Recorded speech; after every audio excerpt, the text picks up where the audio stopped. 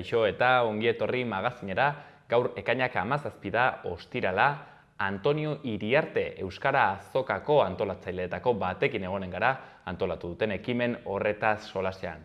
Baina hori baino lehen, has gaitezen betiko edukiak ikusten. Hasteko efemerideak. Gaur bezalako egun batean, baina 1869an, Francis Drakek San Franciscoko badia aurkitu zuen eta New Albion izena eman zion. 1885ko ekainaren 17an, askatasunaren estatua New Yorkeko portura iritsi zen. Eta 1955an, Disneyland ireki zuten lehen aldiz. 1970an, Polaroid kamera patentatu zuten. Eta goazen agendarekin.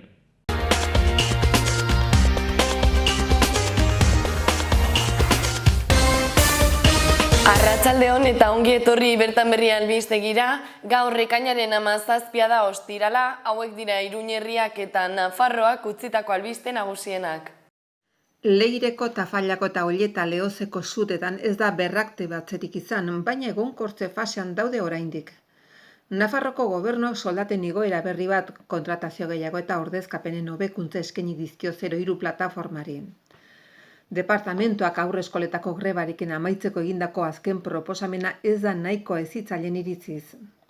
Kale nagusiko 59. zenbakiko udal eraikinak Ukrainiako gatazkaren ondorioz errefuxiatutako 11 familia hartu ditu horietako 5 osasun arreta behar dute. Iruñeko liburutegi publikoak udako ordutegia ireki dute goizeko orduetan. Iruñeko udalak 40.000 eurora arte luzatu du autokonsumorako instalazio fotovoltaikoetarako laguntzen udal deialdiaren zenbatekoa. Euskal Herriko txistularien elkarteak Nafarroan antolatutako 2 txistulari alardeak aurkeztu ditu. Nafarroko Kirolaren Institutuak hobekuntzak egingo ditu Nafarroko Unibertsitate Publikoko errugbi zelaian.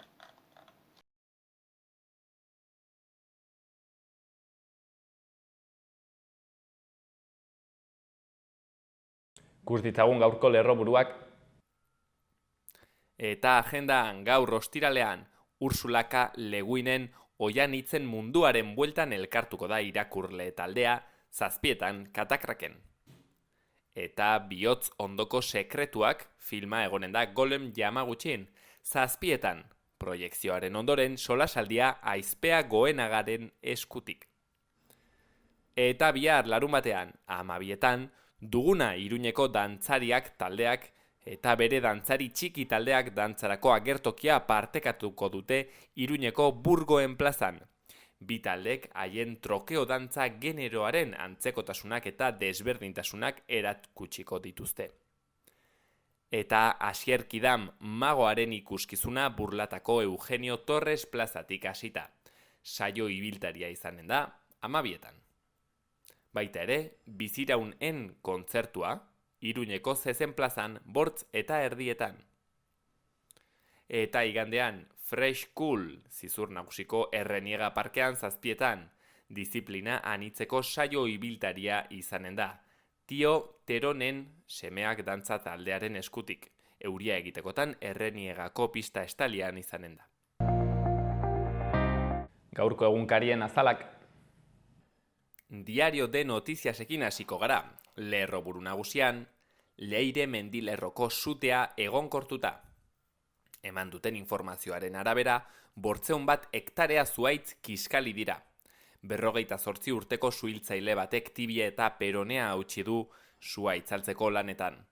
Sugarrek Tafallako labore batzuk suntxitu dituzte, baina suak ez dio mendi lauari eragin. Erriberan 43 gradu izango dira bihar. Irudian ere Leire mendilerroaren hegoaldeko hegala, sua kontrolpean dutela. Eta beste lerroburu batean, 5 nafarrek eutanasiaren eskubidea erabili dute legearen lehenengo urtean. Gaur egun 2 eskabide izapidetzen ari dira, eta beste 2 ukatu egin dira. Nafarroak 800 profesional prestatu ditu prozedura ezagut dezaten. Araudia abuztuan sartu zen indarrean. Eta Diario de Navarran titularrean, Leireko sutea egonkortua baina oraindik arriskutsua. Meteorologiak eta lur lehorrak alerta mantentzen dute Tafallan eta Oietan. Nafarroako zati handi bat 40 graduraino iritsiko da gaur eta bihar. Alboko argazki batean Leireko monjeak beren monastegira itzultzen ikusten dira. Argazki handian Carmen Matxi, Karra Elejalde eta pelikularen zuzendia Karol Polakov. Barre egiten atzoko Lizarrako filmazioan eta izenburuan San Fermines de Cine en Estella jarri dute hitz jokoa eginez. La Voz del Sol pelikula filmatzen ari dira, 1969ko festetan kokatua. Garan fiskaltza Jon Kepa Parot preso mantentzen insistitzen du. Prokuradoreak beste behin ere errekurritu du 71 urteko presoaren baldintzapeko askatasunaren eskaera onartzeko helegitea eta auzitegiak hartutako erabakia errekurritu du. Argazkian haur bat jolasean eta izenburuan iritsi da, uda sasoia gainean dugu eta berarekin 2 urtez baldintzatuta eta galga jarrita bizi izan ditugun herri eta auzoetako jaiak, musika jaialdi eta kontzertuak. Beste lerroburu batzuetan, gasolina eta gasolioa gero eta garestiago, 2 eurotik gora litroa jada. Eta ekaitz pandemikoaren ondoren gehien desiratzen zen azkena rock jaialdia hasiko da. Baita ere, kudeaketa onartuta, Labek zirkuluan eraikitzen hasi du bere proiektua. Eta Berria egunkarian, argazkian, atzo euskarazko kultur sorkuntzako eragile eta norbanakoen agerraldia Donostian. Izenburuan euskal kulturaren transmisioa hezkuntzan bermatzeko deia. Kultura arloko 73 eragile eta norbanakok eskatu dute Jaurlaritza ontzen ari den legean zehatz bildu dadila euskarazko kulturgintzaren gizarteratzea. Eta beste argazki batean Frantziako Akademia Ikuskaritzaren egoitza atzo Baionan. Ikaslez beteta ageri da. Ministroa ikusi arte itxita jarri dute izenburuan. Seaskako guraso, ikasle eta irakasleek Frantziako Akademia Ikuskaritzak Baionan duen egoitzaren okupazioari eutsiko diote, Frantziako hezkuntza ministroak hitzordu bat eman ezean. Eta beste lerroburu batzuetan, Laben batzarrak ia aho batez babestu du azken 5 urteotako zuzendaritzaren kudeaketa. Eta bukatzeko Euskal Herria irratia, berri nagusian, Nafarroko Alderdi Popularrak entzierroak telebistaz euskaraz eskaintzearen aurka. PPko senatari nafar Amelia Salanuebak azalpenak eskatuko ditu Espainiako senatuan, Radio Televisión Espainolak eta EITBek loturiko akordioaren inguruan. Eta beste berri batean, D ereduko batxilergoa eskainiko duen institutua nahi dute Irunberrin. Azkenik, Peñetako amabitxien figura desagerrarazi zuen emakume taldea omenduko du festasariak.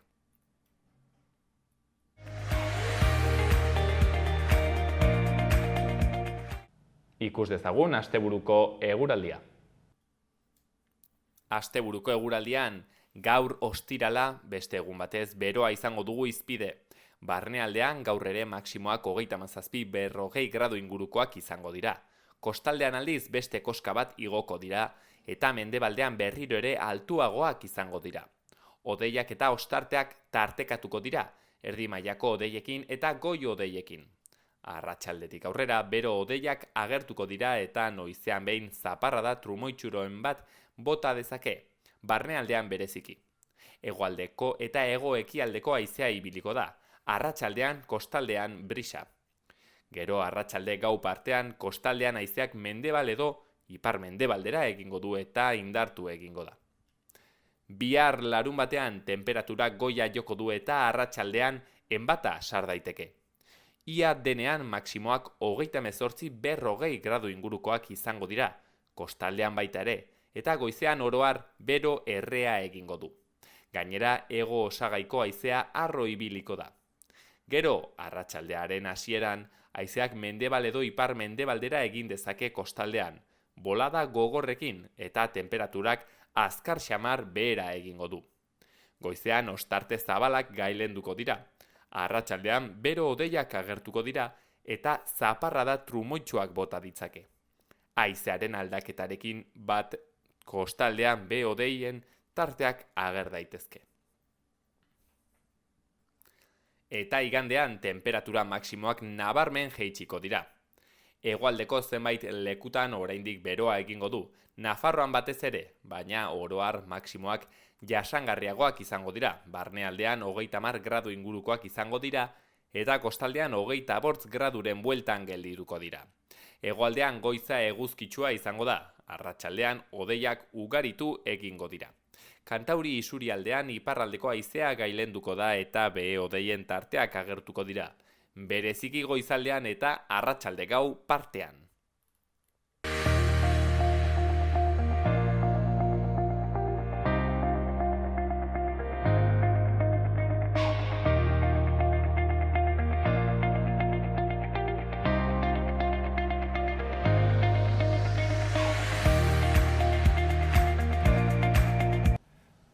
Arratsaldeon, gaurko gonbidatua Antonio Iriarte da, Atarrabiako Karrikaluze elkartekoa, Euskaldunon topagunekoa. Arratsaldeon.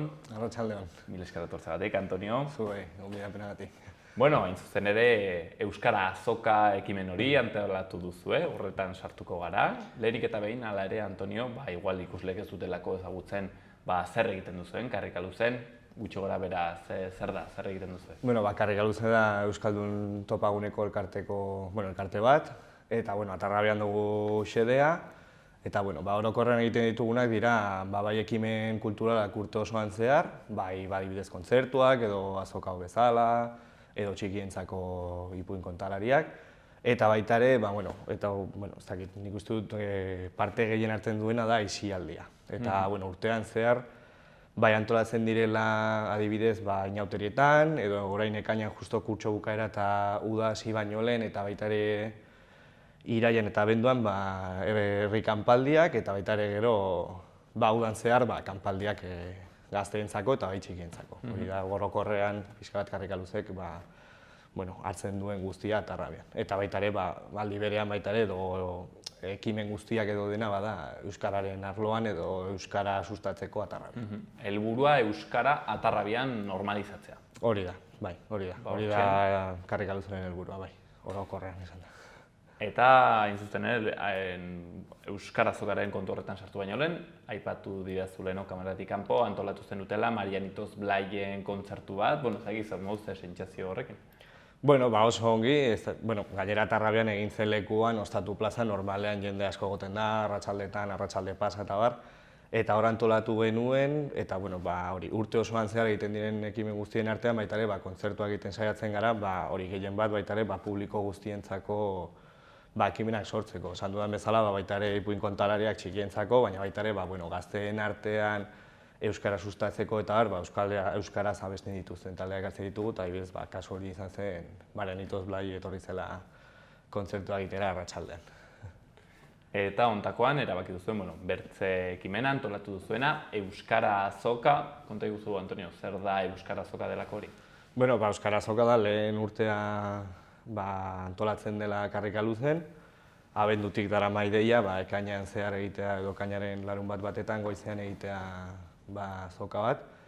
Eta, Karrikaluzek bere ideia izan da Atarrabian euskara sustatzea, horregatik izena baita ere Euskara Azoka delako euskaldunentzako azoka, bertan dauden postu guztiak, edo patuko duten postu guztiak, euskaldunak dira guztiak, guztiekin egin daiteke euskeraz, etortzen den jende guztia beraiekin egin dezake euskeraz, eta gero baita ere, euskeraz, konfiantza gutxiago dutenak hitz egiteko, edo mailagatik beldur gehiago daukatenek, egin behar dugu oktabila batzuk, eta baita ere egon behar da girotzaile bat goizean zehar, pixka bat jendea laguntzeko baita ere ariketa euskeraz egiteko, eta oktabilan jarriko du adibidez zenbat balio du honek, badago beste taila batetan, edo lako esaldiak, jendeak edo euskeraz ez dakien edo ongi maniatzen ez dena, izateko aukera baita ere goiz osoan zehar euskeraz egiteko azokaren barruan.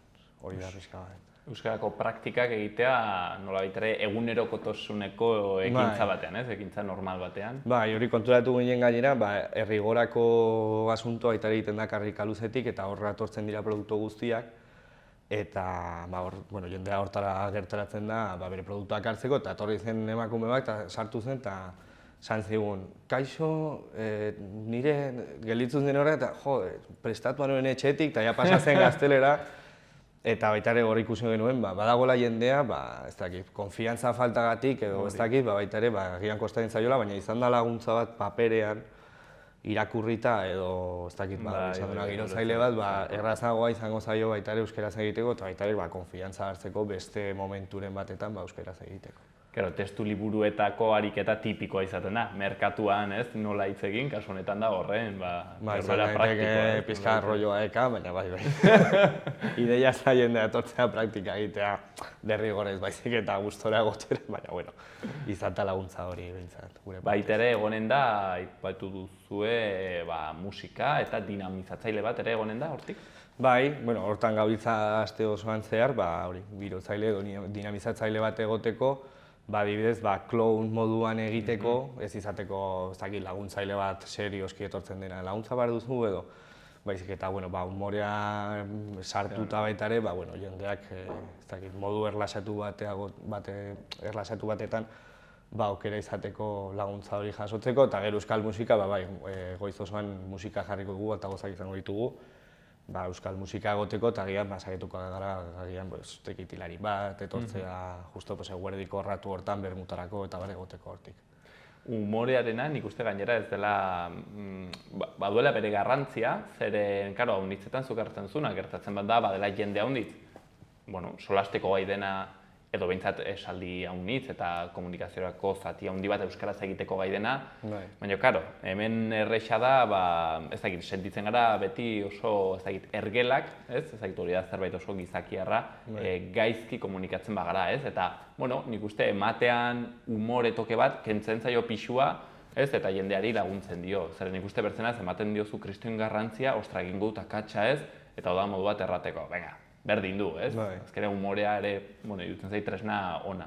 Bai, nik uste du, baietz, jendea baita ere erlasatzeko zuk diozuna, edo ez dakit, izatea modu erlasatu batetan, ez izateko nola ariketa bat, edo joatea zuk ja pentsamendu horrekin ariketa bat egin behar duzula, ez delako, nik uste dut ez da ere xedea, edo behintzat hori euskarari ez dakit ze favore egiten dion jendea horrela joate da horrela hartzea, ez, ariketa, baizik eta, zuk diozuna, batzutan kriston beldurra gaizki hitz egiteko, edo, eta segurazki nik orain elkarrizketa honetan sartuko ditut pifia batzuk euskaraz, baina, ikaragarriak izan daiteke, eta euskaraz ikasi dut ikastolatik, eta, nik uste dut, ez izatea pertsona serio bat, edo zuk ematea oktabia, eta, ikuste baita zure burua derrigortua oktabiarekin, eta gota pertsona, lagundu daiteke, jendeak ez dakit erlaxatua bagoteko euskararekin.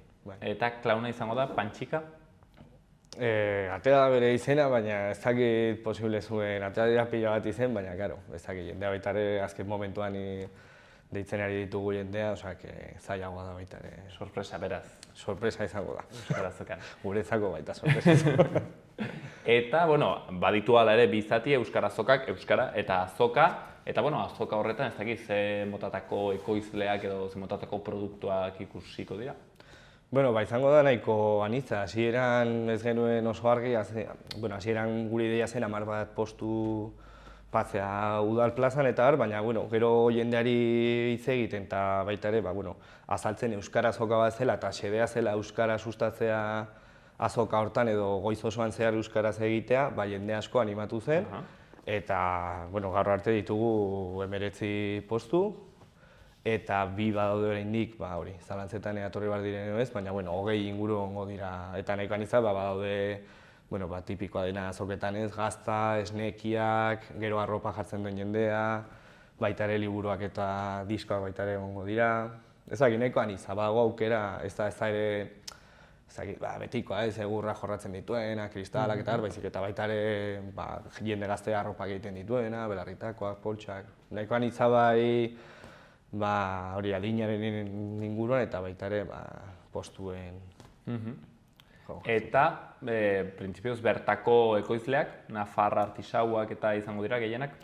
Bai, hau lehen edizio izan da, saiatu gara hurbileko jendea izatea, eta asko, nik uste dut 4-5 Atarrabia bertakoak direla, edo bestela, Atarrabiarekin harremana dute, edo bizi izan dira Atarrabian, edo beste leku batetakoak dira eta orain bizi Atarrabian. Eta gero etortzen da Irunberritik ardoa ekartzen duen Ibon, gero baita nik uste dut Baztanetik 2 etortzen dira eta Malerrekako bat, uste dut, horiek Gazta eta Esnekia ekartzen dituztela. Baina, bai, horiek kenduta 3-4 horiek, beste jende guztia bada, edo Iruñerrikoa, edo Atarrabia bertakoa, bai, hori zen ideia. Beraz, hortxen egonen daukera, eta erraten zenuen bezala gainera, euskaraz erabat ongi ez dakiena ere, joatenanko da arrat, hain zuzen ere, hori delako xerea, ez? Jende guzti hori etortzen. Hori da. Osa, gonbidapena luzatzen dugu jende guztiarentzako, edo behintzat euskara sustatu edo euskaraz, goiz bat gustora pasa nahi duen pertsonentzako. Ez dugu aipatu, Antonio, larun batean, goizean izanen da? Hori da, goizeko 10:00-tatik ordu 2 arte, holako gauza bat, bai. Eta tokia? Atarrabiako Udal plazan. Atarrabiako Udal plazan. Beraz, hortxen hitzordua, bukatu baino lehen, Antonio, galdetu nahi dizut, ez dakit Karrikaluzetik, udan pentsatzen dut lasaiago ibiliko zaretela, denak izaten dugu, ez dakit, burua bertzen honbaiten, pentsatzen duzu ere ez duzuela ekimen gehiegi antolatuko, iraian berriro hasiko zarete, ez da, kontuekin? Bai, hori da. Gehien bat Karrikaluzek udan zehar egiten dituena da, kanpaldiak eta Atarrabiako gazteentzako eta txikientzako, baina bai gero iraian berriro hasiko gara kultur ekimenekin eta daude ipuin kontalariak, musas ifusa etortzen diren uste dut, eta gero baita ere dolua lantzeko ipuinak kontatzen dituen Goizarri elkartetik etorri behar dira, umeentzako da baita ere ekimen hori, ekitaldi hori barkatu, eta gero ez dakit, beste zenbait gauza egongo dira neguan zehar, abendu arte gutxi gora bera. Bukatu baino lehen, galdetu nahi zut, Antonio, labur-laburki, hain zuzen ere Atarrabian egiten duzuenez lan euskararekin, ez dakit, egoera euskararekin, ez dakit, zer muz ikusten duzuen, azken urtetan hobekuntzak bat diren, edo, ez dakit, ze sentsazio? Nik uste dut oso, ez dakit, egoera honean dagoela Euskara Atarrabian, edo behintzat, euskaraz egiteko egunerokotasunean aukera dagoela, edo ni behintzat, ni mutiloakoa naiz, eta nik hori gutxi dara elkartean, baina ikusi dudana da, nik Atarrabian nagoen bitartean, bai komertzio askotan, edo estatutan, edo ez dakit, Karrikaluze inguruan dagoen jendearekin, euskaraz egiteko aukera daukadala, eta gainera naturaltasun handiarekin, ez dakit, oso barneratuta dute euskaraz egiteko, eta baita ere udaletxetik, eta hori, ez dakit, laguntzen dute, ez dakit. Nik mutilakoa izan da, eta bidez mutiloan nik ez dut izan eskolarik euskaraz, nik ikasi izan behar dute Hegoalden eta Geriturraman eta bar, eta nik sumatzen duela, ez dakit, alde hori Atarrabiarekin, behintzat egunerokotasunan, eta gainera naturaltasunez nik uste hori dela garrantzitsuena, barkatu, nik hori somatzen dudala Atarrabian. Aipatzen zenuen bezala, bizitza euskaraz egin alizatea, ez? Hori da xedea, normalitatez, hau da, arraroa izango ez balitu ezela. Bai, gainera nik jende asko ezagutzen nuen Atarrabiako jende gaztea eta bar, eta gian orain arte nik ez nuen beraiekin euskaraz egiten, normalean, hemen Iruñan gure realitatea delako baita ere normalean gaztelera joaten garela hitz egitera. Eta bai, Karrikaluze elkartuta eta Karrikaluzetik, hasita berriro ere nola harreman hori, automatikoki hasieratik euskaraz izan da, eta aldatu egin da, ez dakit erabiltzen dugun hizkuntza. Eta lehen zein, bai ala bai gaztelera, eta euskara, hori izaten da komplikatuena, ez, Antonio? Beti norbaitekin ja sortu baduzu harreman bat hizkuntza batean, gazteleraz, gero hori egitea pasatze euskarara izaten da komplikatuena, zeren sentsazioa da hori artifiziala, ez, bihurtzen dela erabat.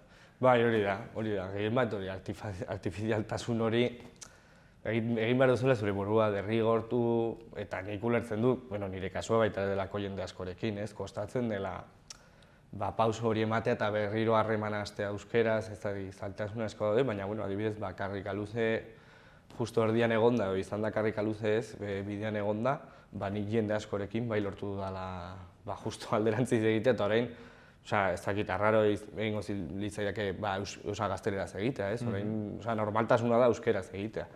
Eta nire egunerokotasunean baita ere, lanean edo ez dakit goiz oso hor pasatzen dut edo egiten ditugunean ekitaldiak beti euskaraz nagoenez, baita ere gero beste egoeretan baita ere naturaltasun handiagorekin joaten naiz euskarara.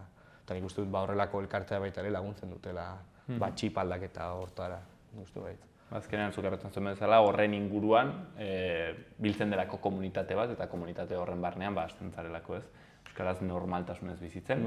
Horrek erran nahi du, Karrikaluzek bere xedeetako batzuk betetzen dituela, bere txikitasunean, baino egiten duela bere funtzioa. Bai, hori da, eta gainera, ekitaldi kulturalak egonda baita ere kontzertuak eta ez dela bakarrik, adibidez, kanpaldiak normalena da Tarrabiako jendea etortzea, edo inguruko Burla eta Uharteko jendea. Baina bai, ez dakit, kultura adibidez kontzertuan etortzen da jende gaztea eta izan daiteke Iruñerriko edozein auzotik eta baita ere hor sustatzen da euskal eta baita ere ez dakit, kontagiatzen zara, jendearekin euskaraz dagoenean zu baita ere ez dakit, errazagoa da euskaraz egitea. Alde hortatik bai. Hortxen, larunbat honetan, 18an, goizeko 10:00 aurrera, Tarrabian, Euskara Azoka.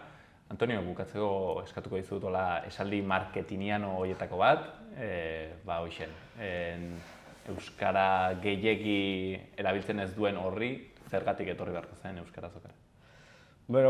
Esan dugunagatik, izango duelako aukera euskaraz egiteko, ez badu euskaraz egiten, baita ere, ez dakit bere lehen pausoak euskaran emateko, eta ez dela izan behar azoka bat, alde batera uzten duela edo gaztelaz egiten duen jendea edo euskaraz oraindik trebetasun falta duen jendea. Guztiz kontrakoa. Dela aukera bat, euskaraz egiteko, euskaraz saiatzeko, eta pixka bat euskara dinamika hartzeko. Hori da goizeko aukera eta giro euskaldun batetan egoteko aukera. Hortxen, euskara goxotasunez, normaltasunez eta naturaltasunez erabiltzeko aukera, Euskara Azokan. Mila esker, Antonio, gaurkoan hemen utziko du. Zuei, mila esker.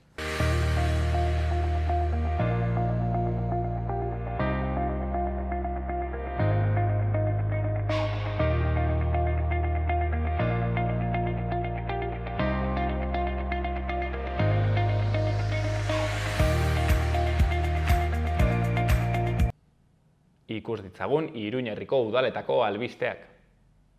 Eta udaletan Iruñean, kale nagusiko 59. zenbakian, Ukrainako gatazkako 11 familia errefuxiatu daude, eta horietako 5 osasun laguntza behar dute. Udalaren eta gurutze gorriaren ekimen honek bat egiten du otsailetik harira iritsi diren nazionalitate horretako 313 pertsonentzako martxan dauden beste batzuekin. Horrez gain Kondestable Iruñeko zezen kartelaren 100 urteko historia zehar dabil, 1959-tik 2022. Zezenaren azoketarako sorkuntzekin eta 2020rako enkargatutako lanaren sorpresarekin 180 pieza daude ikusgai kartelean, eskuzko programen, txartelen, kartelen, zirriborroen edo artistetiko korrespondentziaren artean.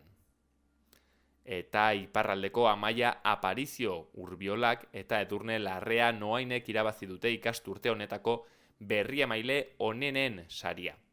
Iruñeko udalak ikastetxeetan gazteentzako informazioa zabaltzeko programa horri eutsi dio 1986-87 ikasturtetik.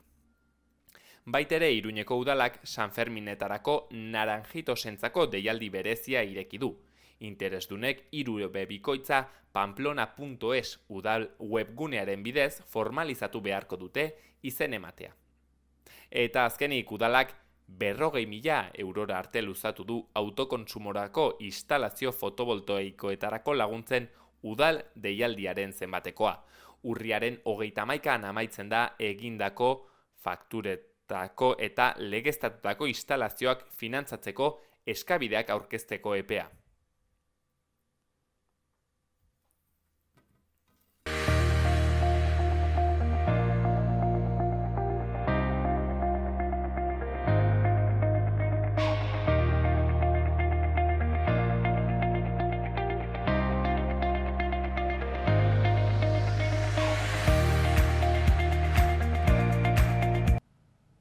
eta parlamentuan ere egon gara lan istripuen berri galdezka parlamentariei. Azken aldian Nafarroan pairatzen ari garen lan istripu sorta benetan tragikoa da, ez dago beste hitzik. Eta bai, faktore strukturalek eragiten dituzte, istripuak batzuetan, gutxi batzuetan izan daitezke sorte txarraren ondorio, baina nagusiki faktore strukturalak diratzean daudenak, ezta? Prekarietate alde batetik, behin-behinekotasuna, langileak lan arriskuen prebentzioan formatzeko gaitasunik eza, azken urte luzeotan aurreko lan erreformak ezarritako baldintzak eta langileen lan baldintza horiek ere onak ez izatea, eta azken batean, azken urteetan ere ikusi dugu enpresek etekinak gutxitzen dituztenean eta ez gutxituta ere inbertitzeari uzten diotela. Inbertitzeari utzi, hain zuzen, langileen lan baldintzetan eta osasun egoeran eragin zuzena daukaten faktoreetan. Eta hor, lan arriskuen prebentzioan enpresek bete behar dituzten eskakizunak, dauzkaten betekizunak gero eta malguagoak dira, eta izan dira. Eta hartara, existitu da, eta gaur egun hori da mahai gainean daukaguna, privatizazio joera bat, lan arriskuen prebentzioarekin lotura daukan guztia. Beraz, bai, faktore struktural horiek dira nagusiki lan istripuetan eragina daukatenak. Lehenik eta behin doluminak adieraztea, bai zenidei, bai lagunei, baita lankidei ere, pixka gertutik tokatu zaigunean, halako berriren bat badakigu ze gogorra izan daiteken, ez? Argi dago egiturazko arazoa direla, lan istripuak, etengabe errepikatzen direlako, jarduera ekonomikoa, jarduera industriala, hazten denean, igotzen denean kopurua, eta horrek erakusten du, egiturazko arazoa dela, egiturazko arazoei aurre egin behar zaie, egiturazko neurriekin, ez? Eta, beti seinalatzen dugun, puntu bat seinalatu nahi dut nola ez, eta da prekarietatea, ez? Argi dago, azpi kontratazioek min handia egiten dutela, temporalitateak ere bai, zergatik, prebentziorako kultura, formakuntza, sentsibilizazioa, baliabideak, jaisten direlako, ez? Prekarietatea dagoenean, eta horren kontra jo behar dugu, nola? Lehenik eta behin prekarietate horrek, baimentzen duten markoen kontra joz, adibidez, 2012 lan erreformen kontra joz, orain onartu denak gure ustez ez du erantzuten arazo honen aurrean, erantzuten du beste arazo batzuen aurrean, baina justo hau ez du gehiegi lantzen, ez? Eta gero, gustatuko litzaidake hasierako galdera honetan aipatzea prekarietatearekin lotutako kontu bat, eta da nolabait, marko honetatik tiraka, da eskuinak askotan aipatzen dizkigula ondorioak, kesatzen da ondorio ez, baina ez da fijatzen arrazoietan, ez? Eta seinalatu behar ditugu arrazoi horiek, hor dago markoa, eta berehala sakonduko dugu, baina garrantzitsua iruditzen zaigu, begirada oroar hartzea nolabait begida gai honetan. Enpresarioek badaukate erantzunkizunik beraien esku eta beraien obligazioa delako lan arriskuen prebentzioan inbertitzea. Behar den formazioa ematea langileei, behar den baldintza duinik ematea langileei, eta azken batean, eta esan bezala, privatizaziorako joera gero eta handiagoa izan denean, eta zerbitzu horiek, lan arriskuen prebentziorako zerbitzuak privatizatu dituzten neurrian, horrek pisu handiagoa izan beharko lukeenean, pisu hori gutxitu eginda enpresetan eta bereziki sektore batzuetan eraikuntzan esate baterako. Hola adieraztea, gure ustez, sinpliegia ziurazki izango litzateke. Enpresarioek ardura daukate, nola ez, eta ardura handia, instituziook ere badaukagu ardura handia, eta gizarteak orokorrean ere bai, langileek ere bai, guztiok daukagu ardura maila ezberdinetan.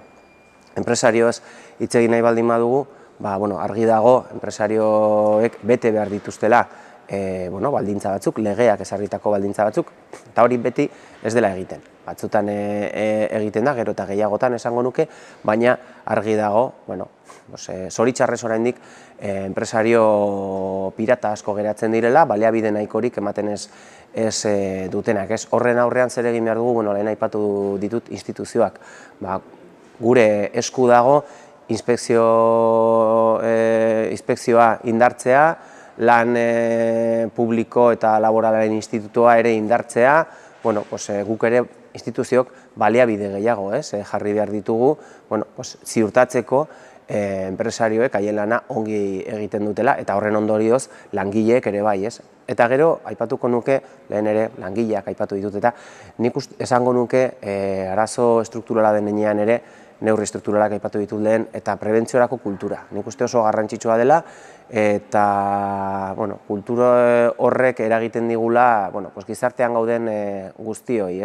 Prebentziorako kultura hau ezin da ezarri, ezin da egon prekaritate handia dagoen leku batean edo enpresa batean, hori ere argi daukagu. Nik uste lehenik eta behin eskumenez hitz egin behar dela. Nafarroko gobernuak ez dauka eskumenik lan ikuskaritzan, esate baterako. Lan osasuneko zerbitzutik badira. Kanpaina batzuk, enpresa txiki eta ertainak bizitatzeko, enpresa handietan, printzipioz, ordezkari sindikalek izan beharko lukete hor ardura bat ere, baina enpresa txiki eta ertainetan, pasaden legegintzalditik abiatuta, bizita kanpaina bat abiatu zen, hain zuzen lan baldintza duinak edo lan baldintzak errespetatzen direla bermatu ahal izateko eta horretan lan arriskuen prebentzioare nola egiten den ikuskatzeko.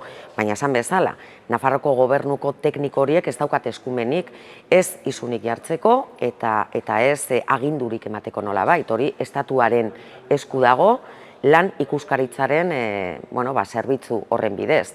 Eta estatuak Nafarroan dituen baliabideak oso eskasak dira, beraz.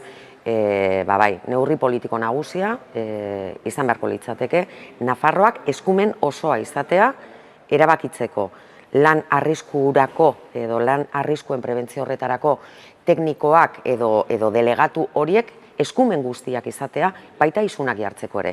Azken batean irregulartasunak detektatzen direnean, ez baldin badaukazu gaitasunik gero enpresa horiei kargu hartzeko eta enpresa horiei isunak jartzeko, zer gutxi egin daiteke, ez baldin bada estatuko administrazioak egiten duela. Eta badakigu, baliabide nahikorik ez daukatela eta denborak ere izugarri luzatzen direla.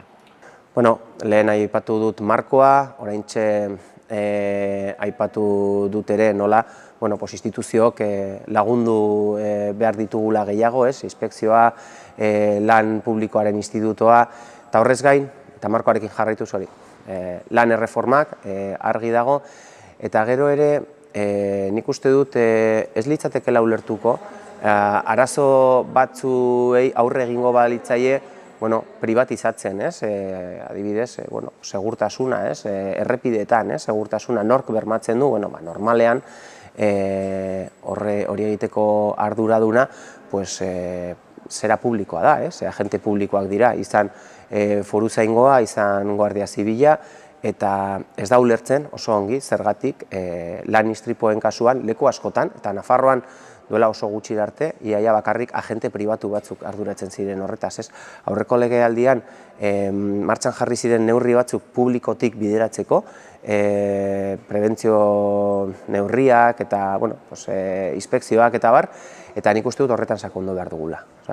Instituzioak ikusi behar dugu, argi eduki behar dugu, arazo publikoa denean, konponbideak ere arlo publikotik etorriko direla, eta nik uste dut oraindik desente gehiago egin behar dugula bide horretan. Aste honetan iragarri da, azkenik, Nafarroko gobernuak abian jarri duela, enkargua, 1978tik aurrera, Nafarroan izan diren, edo Nafarrek pairatutako tortura kasuak ikertzeko. Uste dut albistea dela, urte luzez eskatu dugun zerbait bada, datorren ekainaren 25ean torturaren biktimen nazioarteko eguna da, eta uste dut abia puntu egokia jartzen dela. Ikusiko dugu horrek ekarriko duena. Azken batean Euskal Autonomia Erkidegoan orain dela urte batzuk egindako antzeko txosten batek eman zuen datua ikaragarria zen, ezta? Kontrastatutzat eta frogatutzat eman ziren 4.000 kasu baino gehiago, tortura pairatutako 4.000 kasu baino gehiago, eta jakina, Nafarroa ez da irla bat. Nafarroan ere, motivazio politikoak eraginda, tortura erabili da, eta erabili da modu sistematikoan. Beraz, espero dezagun, txosten honek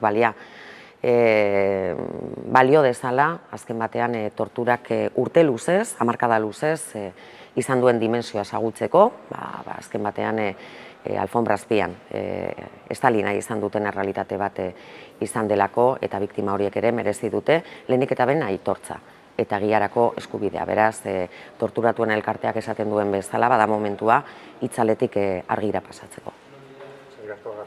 Zuri. Bai, aste honetan akordio ez hitz egitea gustatuko litzaidake.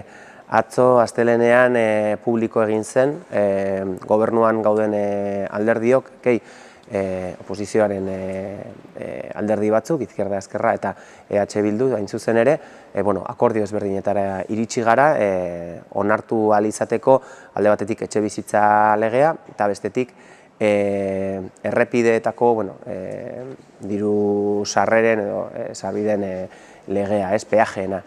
Eta oso lege garrantzitsuak iruditzen zaizkigu biak, bigarrenarekin, peajeen legearekin, gu konforme geunden funtsarekin, baina uste genuen hobekuntza txiki edo handiak zeudela egiteko, eta sartu ditugu emendakinen bitartez hobekuntza horiek, eta gure bazkideek onartu dituzte, pixkat kostata hasieran, baina sartu dira,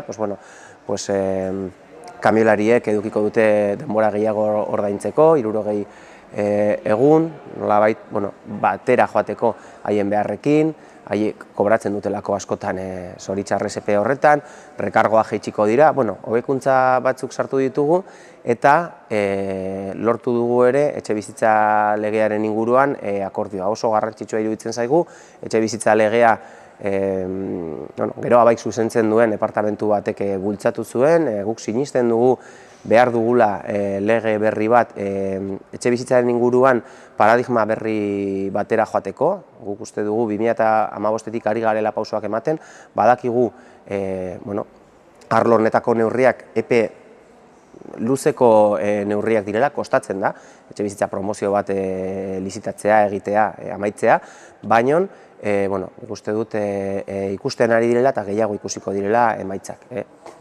Datuak hor daude eta alokairu soziala desente igotzen ari da, laguntzen ari zaizkie gero eta gehiago gazteei emanziparen bitartez. Etxebizitza lege honek egiten duena da sakontzea neurri horietan, babestutako etxebizitzak adibidez betirako izanen dira, hemendik aurrera, ez bakarrik 10, 15, 20 urtei begira eta gero libre, horrek arazo asko sortu ditu, fondo funtse putreek adibidez erosi dituzte eraikin osoak eta gero espekulatu, ez naiz luzatuko, baina arazo asko sortu ditu orain arte dagoen legeak, eta guretzat oso garrantzitsua da gai honetan ere, ezkertiarren artean akordioa lortu izana, eta, noizbenka etorri behar dugu nolabait ospatzera ere, gai izan garela, halako akordioetara iristeko.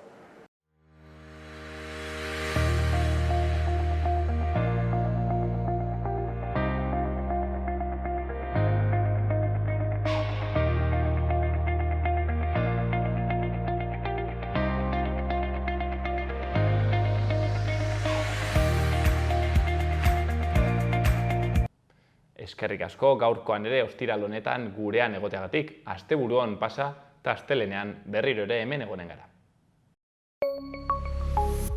Gobierno de Navarra. Nafarroako gobernua.